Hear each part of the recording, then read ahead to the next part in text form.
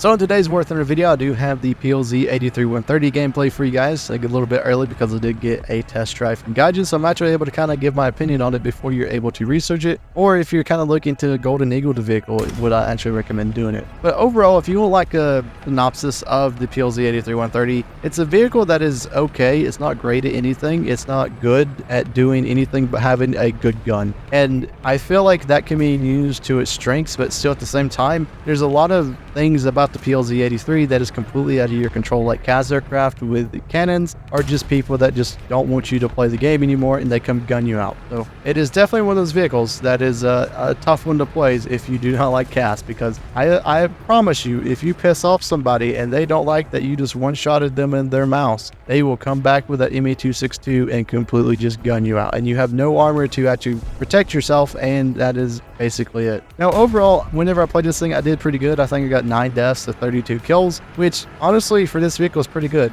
I do have to say 6 of those deaths, which I do kind of remember, were probably deaths from people who just gunned me out through their aircraft, whether it be like P-51H, Spitfire Mark 24s. The vehicle itself just has no armor. Like the frontal turret and also the top of it is like 15 and 10 millimeters thick, so easily you can just get gunned out, even from the ground. Let's just say that you're facing like a T-29 that has a ton of 50 cals on it. If you mess up your shot, that T-29 doesn't even have to shoot you with his main gun. He can just shoot you with the 50 cals and kill you. So it's one of those vehicles that is just very, very rough to play if you just are having a bad day with that sort of thing. But if we're going to talk about the actual gun on this vehicle, which is probably the reason that most people pick it up, it's the exact same gun as the IS-7. So it has everything the IS-7 has, the same round, the same APHE, same HE. The only difference is that it has an HEVT shell, which in my opinion is not really worth anything because the turret rotation speed on this thing is very poor. Then once you actually start shooting at planes with the HEVT, let's just say that you kill the plane, you're taking like 2 years to then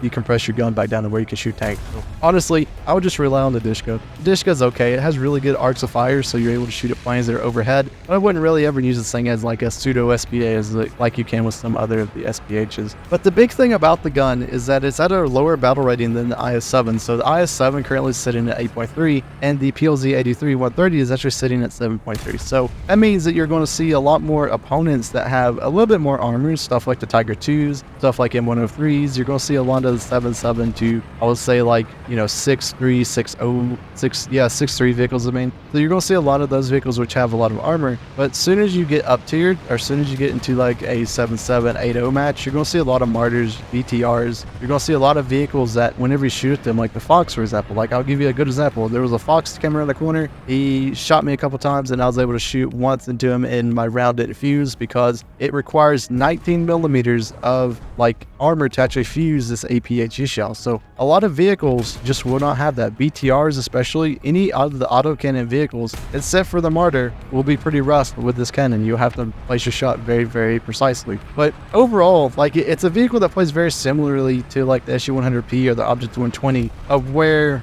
you feel like you're very much vulnerable to everything, but you have a really good gun, and that can work. Like, it did work for me, going like 9 deaths and 32 kills. But overall, it's very average. I wouldn't say it's like the best in the world. I wouldn't say it's the worst in the world, which for a lot of people that is going to be a big factor for them. But I think the biggest factor is that this vehicle just doesn't have a lineup. It's sitting at a battle rating of 7.3, and for China, the only 2 lineups that you have that you can actually run this thing in is if you want to up tier your 6.7s to 7.3, or you want to up tier this thing to 7.7. And once you up tier to 7.7, you're going to get into a lot of battle ratings where this gun is just going to perform very poorly. And the reason I say that is because once you go up in battle rating, you see a lot more enemies which have less armor, and if they have less armor, what is the point of shooting them with like a 130? You'd be better off with shooting them with maybe like a 105 or 100 millimeter, which most of the other tanks will have. So it's really a double-edged sword. Your gun's too good for a lot of vehicles, but then also for whenever you see like a Tiger 2 or you see like a Mouse, the gun can be really good. So overall, would I recommend it? I would say maybe. It's like one of, like, hang on, I wouldn't even say maybe. I would say it's situational. If you really want to play China, I would say yes, it is definitely definitely a pickup. But if you're someone who is wanting this vehicle to like start China, I would probably say no, it's not the best in the world. China has never really had that great of event vehicles. Like you had the QM506, you had the F100F, and now you have the PLZ83-130. And all these vehicles, while they can be good in some situations, they're just not the best. And I would highly recommend just getting like a premium or something to actually do that with. But yeah, overall, PLZ83, I would give it, if I had to rate it at 10, it'd probably be something like around 6, maybe 7 out of 10. It would be my best rating of it. But yeah, if you guys have any questions whenever it comes to the PLZ83-120 or 130, I mean, definitely leave those in the comments and I'll make sure to actually answer them. But the War Thunder sale should be coming out pretty soon, and I will have a video on that very soon as well.